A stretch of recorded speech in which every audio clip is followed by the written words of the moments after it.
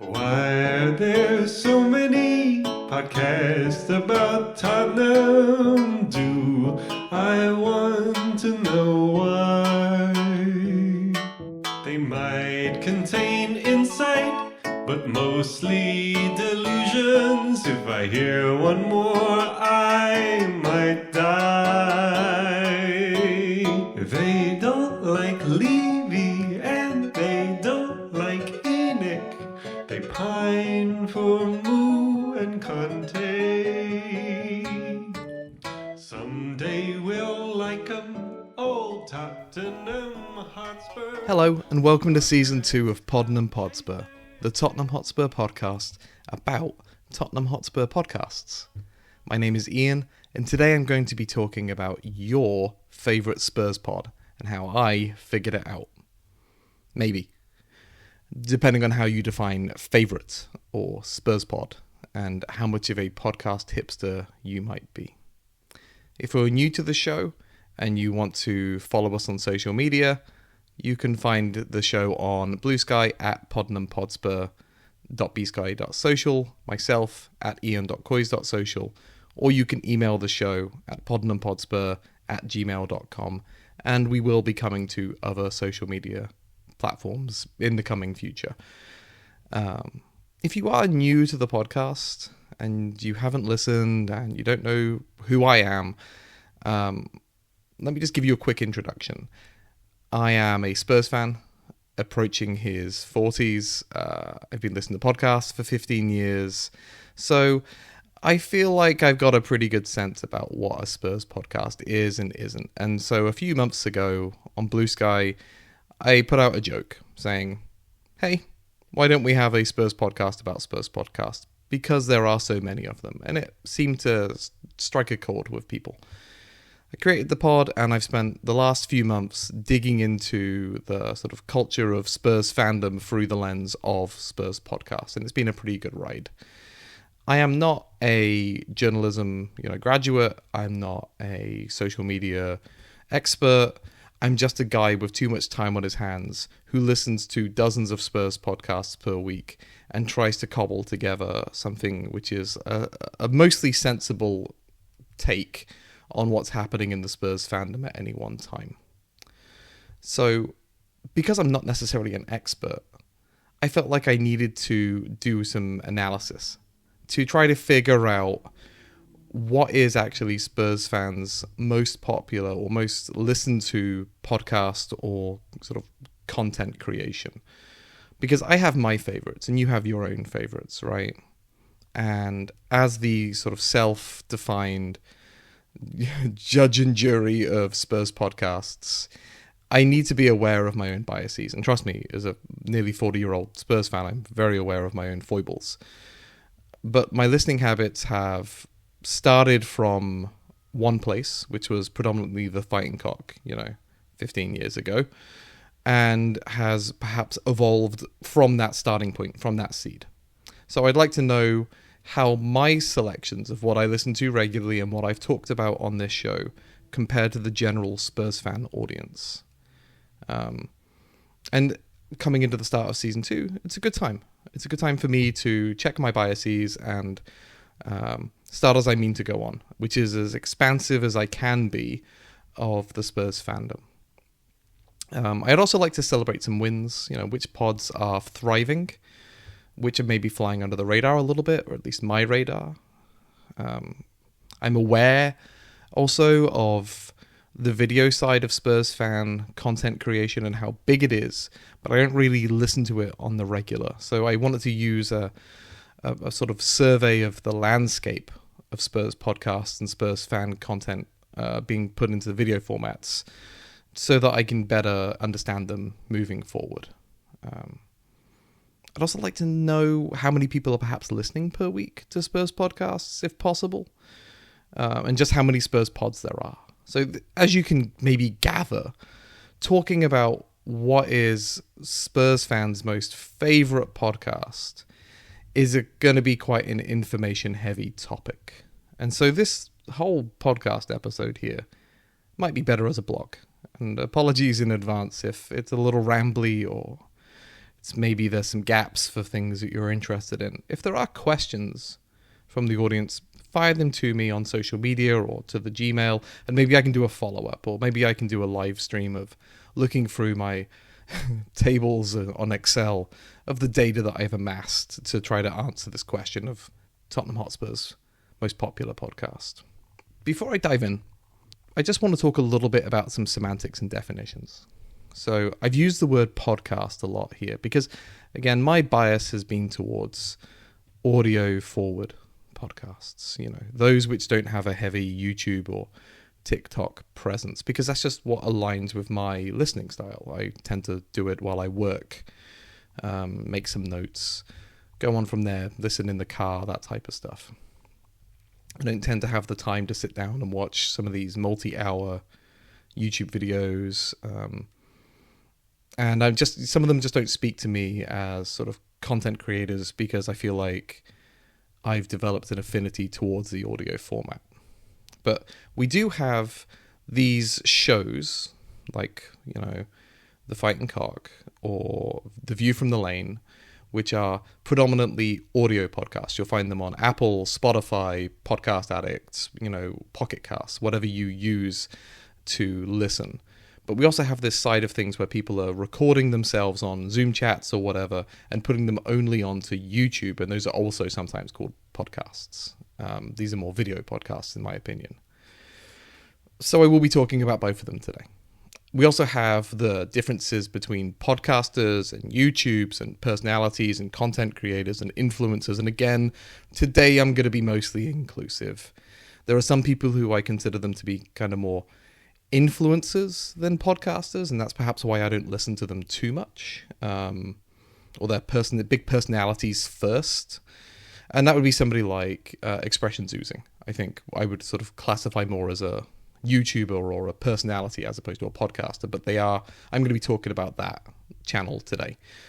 And then we have channels versus podcasts, right? So you have a sort of a classical podcast definition for me is somebody who puts out a show once or twice a week. It's audio forward. It's a deep dive conversation between just a few people, and it's usually regular folks talking to each other on a singular topic. And then you have channels, in my opinion, like something like We Are Tottenham TV or Spurs Kings TV on YouTube, where you might have multiple people coming in to host on the regular. They're putting out a decent amount of content per day. Especially on YouTube, you might see upwards of 5-10 videos from the same channel in a day, and sometimes it might be just a few minutes, sometimes it might be a few hours. So again, there's a difference there, and we're all inclusive. So some creators are primarily video, somebody like Ben Bowman on his tactics videos. Some shows are primarily audio, and I'm going to be talking about both. And does it really matter? In the grand scheme of things, not particularly. This is all just for fun, just to try to get generally a pulse on Spurs fandom. But it is important for me, as the person doing this show, to be aware of where my gaps might be, and where I perhaps need to focus more attention in the future. So I needed a starting point to figure out what is our favourite podcast. And that starting point for me was just how many active Tottenham podcasts there are right now. So to do this, I quilted together multiple targeted keyword searches. That's a lot of big, awful words. But basically, I did a lot of searches on Google, on Apple, on Spotify, on Podcast Addict, on Listen Notes, on wherever, for sort of keywords associated with Spurs. Tottenham, Spurs, Hotspur, COYS, Lily-White, Lane, those types of things, to start to gather a list of podcasts. And I added as I researched, so as I would search for one thing, something else would pop up. And so I eventually just kind of developed out to what I think is a pretty mostly comprehensive list of Spurs podcasts. I also used some other sources. I found that, especially for the YouTube space, Spurs Kings TV recently ran a Tottenham YouTube Content Awards with a bunch of different nominees for each category, and I used that as well as a launchpad to identify video forward shows. So in total, after spending some time gathering all this over the last, I want to say 4 weeks, I found about 179, 180 or so audio and video forward podcasts or shows talking exclusively or predominantly about Tottenham Hotspur, which is just a kind of mind-blowing number. But that's the total. And not all of these, as far as I can tell, are active. So I looked through this list of 180 or so shows and tried to find those as which are still recording, like those that have put something out in the last 6 months or so. And of that, we've got 108 active podcasts, channels, influencers, and shows in general, which is just a huge number. And I defined 53 of these as audio forward, 46 as video forward, and 8 which I called hybrid. Basically, I couldn't really decide if they were more of an audio forward or a video forward format. You know, somebody like Chris Cowlin's Spurs Chat, which is on both places, has huge numbers everywhere. Like, it's hard to call it one or the other. So with 108 active Spurs podcasts, in the umbrella sense of the term podcast, if we assume an average of like 2 episodes per week, conservatively, you know, some of these shows might only put once a week, others are putting out 10 per day. So I just arbitrarily chose 2 as something that felt right to me. And again, an average of approximately, 1 hour. I think we have something like 216 hours of Spurs content being put out every week, or 9 days of non-stop Spurs podcasts being recorded. Lord, I hope those numbers work out correctly, but it's just kind of a mind-blowing number. You know, we have more hours of Spurs content being recorded per week than there are actually days in a week. It just shows you the level of fanaticism and love that we have for this absolutely insane football club that treats us so well and so poorly. So with this starting point of these 108 active podcasts, I then needed to figure out which was the most popular. And for this, I want to give a huge thanks to a few people up front, because without them, I don't think this would have been quite as interesting as it has become. The first person I want to thank is Anyong333 over on Reddit for very kindly emailing me their r/COYS subreddit survey data. So Anyong runs an end-of-season survey every year for the last few years with a whole bunch of questions in a Google form for Reddit users to fill out. Things like player ratings, season ratings, favorite players, where we need to strengthen, where we need to weaken, demographic data like where they live, how long they've been a Spurs fan. But most importantly for this show, they also were asked what their favorite podcasters are. So I reached out to Anyong333 on Reddit, introduced myself, and kindly, sort of politely asked, may I have access to this? And they sent me a huge Excel file with just a massive volume of data from about 400 to 500 respondents. So a very sort of comprehensive look into the heart of the Spurs fan base, or at least part of the Spurs fan base. You know, we can get at some point into the differences between, Reddit versus Twitter versus match-going fans versus Bluesky versus whoever. But that was a huge help in terms of figuring out and corroborating some of the other data that I've amassed. I also want to thank Spurs Kings TV for running their Tottenham YouTube Content Awards, which was just at the start of this month. I think they announced the winners, and that was a great listen. I'm going to link the show in my show notes.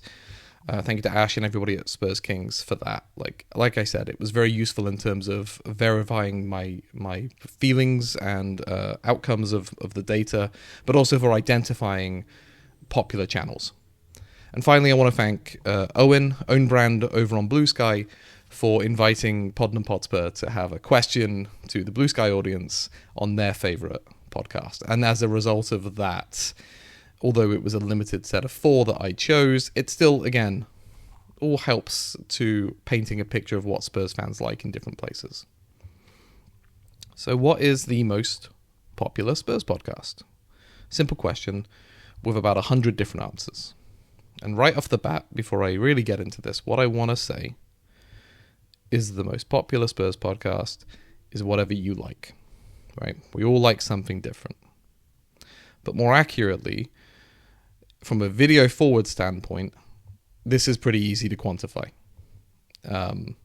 YouTube, TikTok, etc. very helpfully list subscribers and likes. They're also the hub for video content. You don't have dozens of different places which are all, entirely separate. We also have views per episode available here. It's harder to quantify audio forward podcasts. Several middle-aged men chatting over Zoom and then putting up their stuff onto Spotify. Because the RSS feeds which are used to send out podcast episodes to all the different audio platforms that you might listen to aren't capable of sending that data back and centralizing it and getting one nice clean number for how many podcasts are listened to by how many people. So we have to use tertiary data because podcast players don't necessarily share their listening data for us to go in and amass. So for this, I used Apple, Spotify, podcast data, Castbox Addict subs, stuff like that. Podcast Database is another place that I was able to take data from. This estimates listeners, but it's approximate. For example, Wheeler Dealer Radio, they say has 25 listeners per episode, but I believe it's predominantly influenced by their recent hiatus. Another place, tertiary data, where I gathered information from was Listen Notes, a very interesting website. It produces a proprietary score between 0 and 100 using a very opaque mathematical model. And so they generate their score between 0 and 100, where 100 is the most popular and 0 is the least popular, using their own website data, media mentions, stuff like that. And it's best seen as kind of a relative score. So to compare between podcasts, this was quite useful. Raphonic is available, but it's not free. The podcast database, as I mentioned, is limited for free users. We also have Podchaser, Podcast Hawk, Podengine have scores, but as far as I can tell, they're all kind of doing the same thing. So I just settled on Listen Notes because that was the first one I used, and I didn't feel like digging into it too deeply. I just needed something to align with all my other information. However, I couldn't source consistent data for every single podcast. It was easy for the big pods, the ones that are very well listened to, but Listen Note scores weren't available for some of the podcasts which were a little bit smaller. And for example, over on the podcast database, this show I think was listed as having 0 listeners, which isn't true. So, it's not a million, but it's in the hundreds, not in the thousands, and it's not, in the dozens. So, other indirect methods I used also included looking at X, formerly Twitter, and Instagram followers. Again, just to get a big picture. So overall, if we separate into audio and video podcasts, the most popular video podcast is looking at YouTube views. Chris Cowlin's Spurs Chat. 139 million views, 178,000 subscribers. It's a huge number. Chris Cowlin was also named the GOAT and Best Tottenham Channel in Spurs Kings TV's YouTube Content Awards. Just underscoring sort of the importance that Chris has in that YouTube space. We Are Tottenham TV, 133 million views, 183,000 likes. ExpressionsOozing, 124 million views, 410,000 subs. So, that underscores the more relative emergence of expressions, I guess, compared to some of these other places.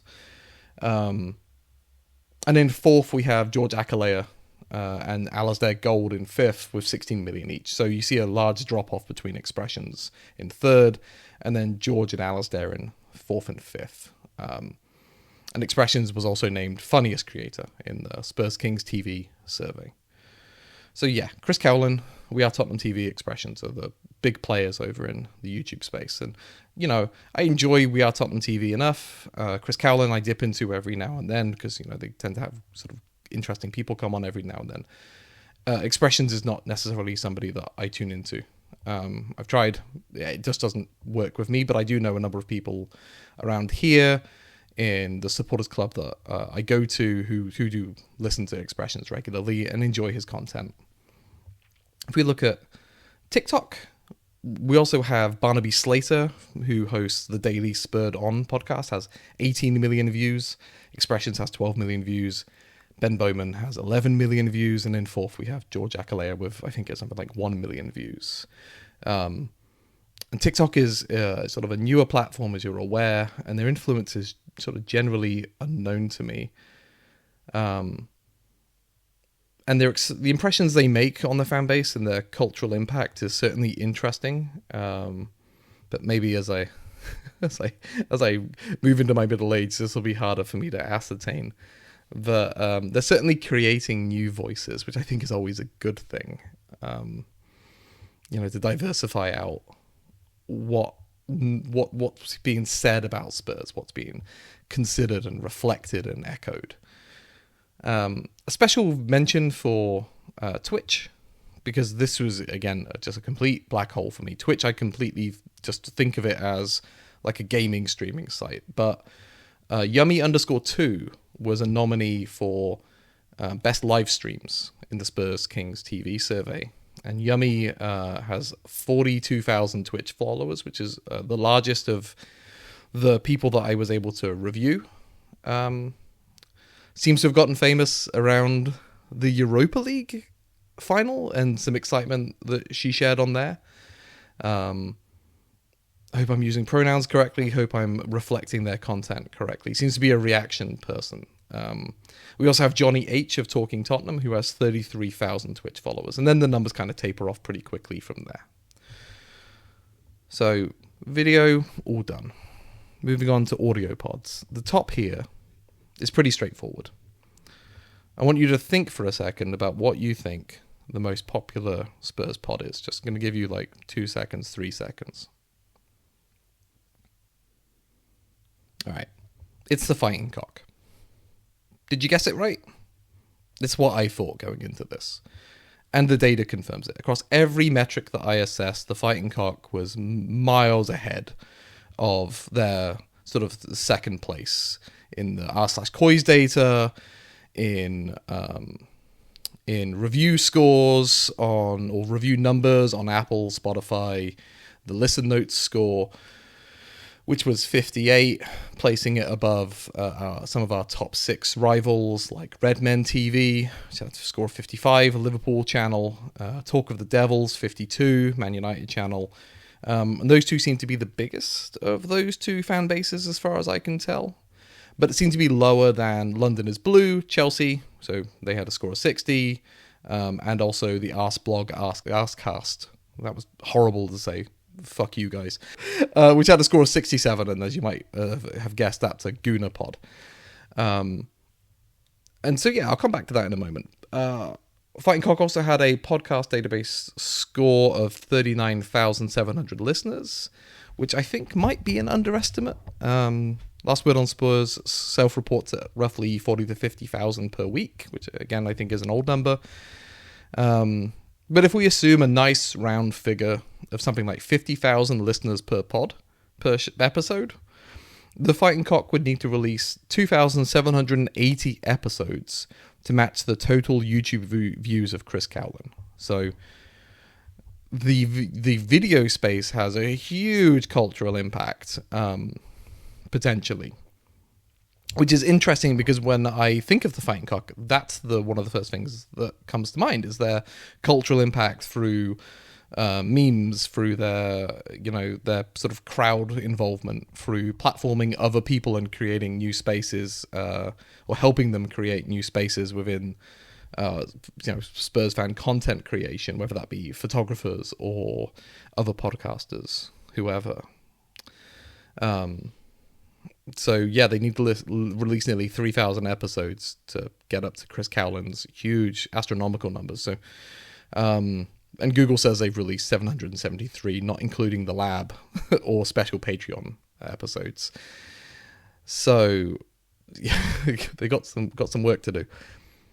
Figuring out the number 2 is a bit trickier because Last Word on Spurs and the Spurs Show both have similar listen notes and podcast database scores, but very different Apple, Spotify, and CastBox review counts. Plus, the Last Word on Spurs YouTube channel is huge. So it's kind of difficult, and there's a very popular Spurs Show sort of fan base.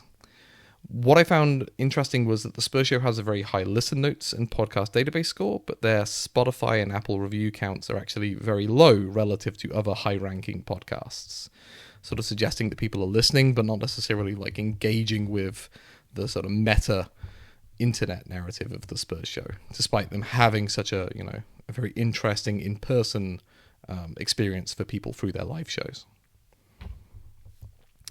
So, if we were to say the Fighting Cock, Last Word on Spurs, and Spurs Show are roughly the top 3 or thereabouts in terms of the audio podcast forward shows. And again, Last Word on Spurs being in there because of their heavy YouTube presence is kind of tricky. But if I look at the r/COYS end of season survey, so this roundup of 2024 and 2025 data, consistently it's been the Fighting Cock, the Extra Inch, and View from the Lane that comes out in Reddit preferences at least. And again, polling is subjective, and who you talk to and what they tell you is not necessarily reflective of millions of people. But again, I think this maybe speaks to how people vote and what people say is their preferred podcast and what they actually listen to from week to week maybe don't align 100%. Hello, future Ian here. In this next little section, I'm talking about the View from the Lane and the Extra Inch, and I say the podcast database score. What I meant to say was the listen notes score. So, slap on the wrist for me, apologies for the confusion, but the data roughly syncs up. Anyway, back to the pod. The Extra Inch and the View from the Lane, both very good podcasts, do pop up next in the podcast database ranking, so they're certainly up there.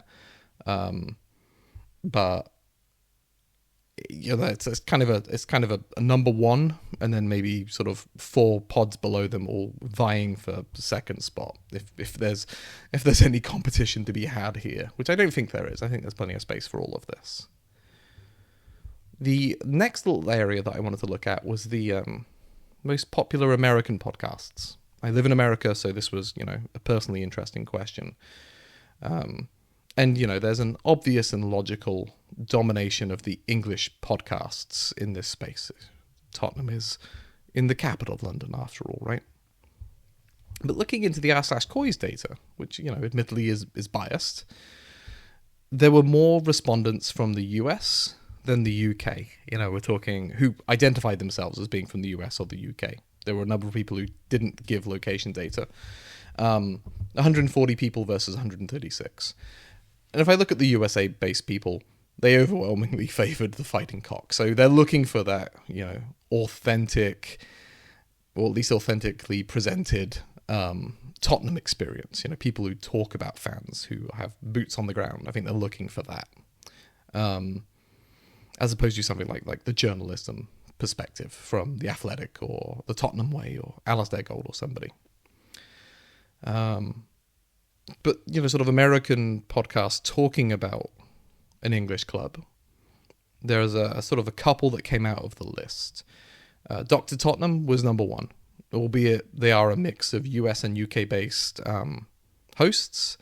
I think they were formerly the name of their pod was an American podcast, I believe. Identified them as an American podcast. And then we had Wheeler Dealer Radio. So both of these had listen note scores in the 40s, which put them as the sort of top 2 American Spurs pods.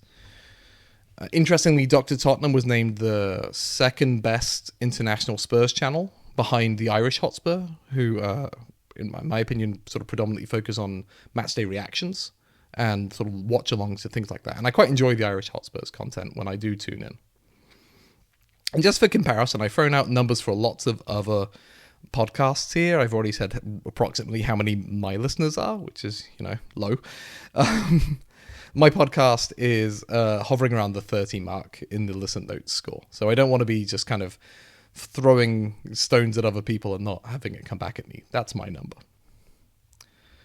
So, does any of this matter, right? Like, yes, there are lots of different podcasts, and yes, there are lots of different people listening. Does it mean anything? Are we a monolith? Are there noticeable differences between podcasts in terms of who's listening and what they're thinking and feeling about Spurs? As I mentioned, the r/COYS data is very interesting because you had hundreds of people responding and you got demographics out of it. And also things like season ratings, how they feel about Ange, stuff like that. And so, yes, maybe there are differences in the listener base, or at least those people who identify themselves as predominantly sort of fans of one pod over another, or having a preference for one pod over another. And so looking at the top 5 pods from the r/COYS data, which, we're getting into dozens of respondents for some of these because the Fighting Cock was such a large presence in the Reddit data. Again, unsurprising, that seems to be one of the few podcasts who were allowed to actually post their shows onto the main subreddit feed as opposed to somewhere else and have it deleted, just in my experience, and things that I've read from others online. But yeah, we're skirting the edge of sort of good, robust data here, but let's look at some trends. So looking at the top 5 pods, which were the Fighting Cock, the Extra Inch, the View from the Lane, anything involving Alasdair Gold, and The Game is About Glory. I found that some of those podcasts were skewing slightly older. The Game is About Glory, Alasdair Gold, View from the Lane. I'd also note that View from the Lane and The Game is About Glory were the top 2, almost tied for first in the Bluesky survey or awards that Owen ran earlier this year. Maybe saying something about those of us who predominantly use Bluesky. And some podcasts skewed a little younger, like The Extra Inch. And then looking at how long people have been listening, it seems like perhaps there's a trend for the Fighting Cock and Alasdair Gold to be more starter pods. They had a slight enrichment. Again, nothing statistical here, just using my kind of portfolio analysis brain to look at the data and eyeball it. There seemed to be a little bit of a bump in the Fighting Cock and Alasdair Gold's listeners who've been sort of Spurs fans for less than 6 years. They also had different players that they preferred. So overall, looking at all the respondents in the survey, Porro, followed by Bergvall, followed by Kulusevski were the sort of top 3. But if you look at the Extra Inch, their favourite player was James Maddison, by quite some way, if I remember correctly. The Game is About Glory was tied between Porro, Madders, and Brennan Johnson, surprisingly. Much to probably Milo's delight there. No Spence. Sorry, Milo. But most interesting for me was looking at how they viewed last season, the 24-25 season. And for this, Anyong asked some questions about whether the respondents were Ange in, Ange indifferent, Ange out, Ange in because of the trophy. They also asked about their view on performance in Europe, performance in the Premier League, and a whole bunch of different questions. But I just zoomed in on the Ange in, Ange out sort of spectrum, as well as performance in the league and performance in Europa, because I thought these were kind of the main 3 questions coming out of last season. And if we look at The Game is About Glory, they were mostly Ange in, which was sort of strikingly obvious in the sort of few dozen people that identified them as their favourite podcast. And were higher in general on performance in the league and in Europa than other podcasts.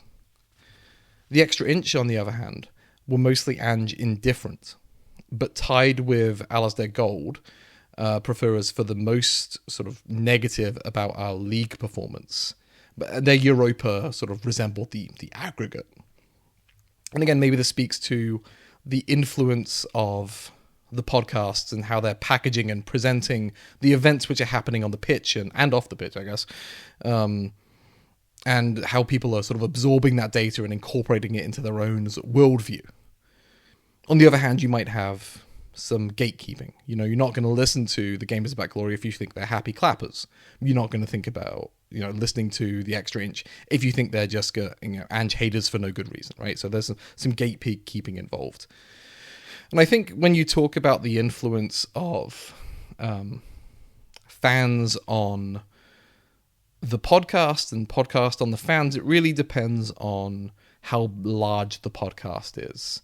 I feel like you can say somewhat comfortably that the Fighting Cock are somewhat sort of tastemakers and fan base shapers because of their size and popularity and the sort of spread of their worldview throughout the sort of Spurs online fandom, at least, as we saw with the Could We meme that came about last year.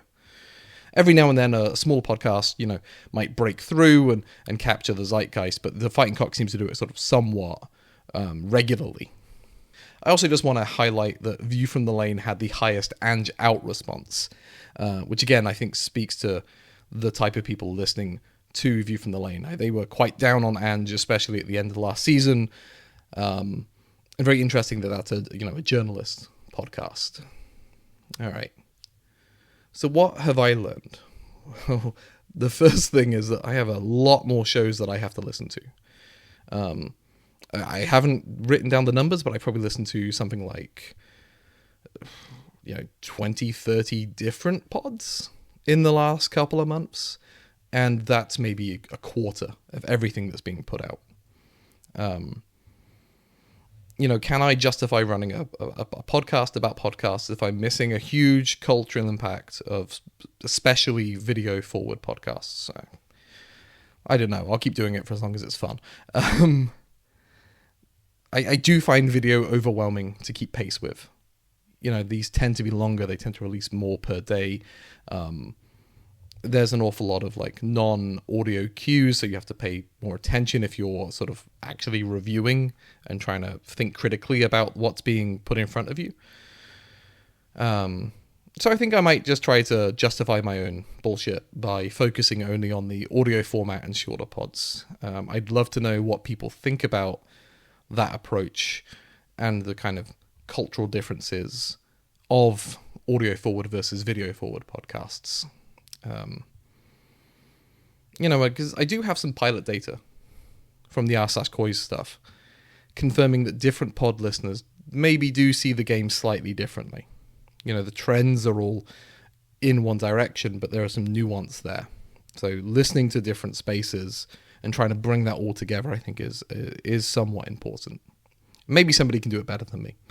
And yeah, I was surprised that the largest Spurs audio forward podcast, The Fighting Cock, which, I've been listening to for a long time myself, might be slightly smaller in scale than its most, the most popular top 6 rival podcasts. I mentioned a few.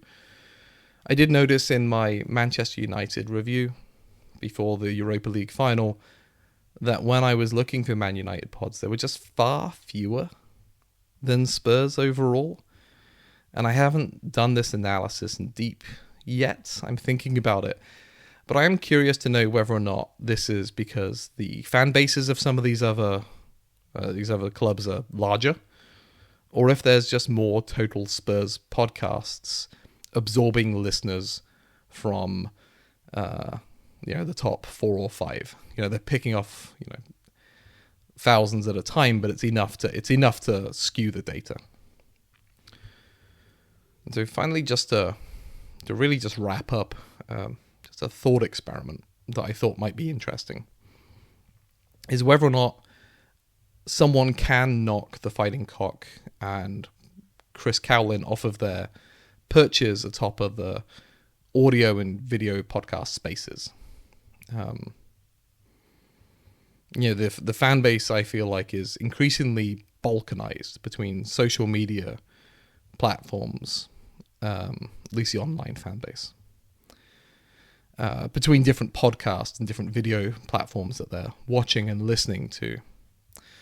But, it's quite impressive that the Fighting Cock has managed to stay at the top for as long as they have for that reason. And fight off other long-standing Spurs pods that they have good relationships with. I'm not trying to imply anything here.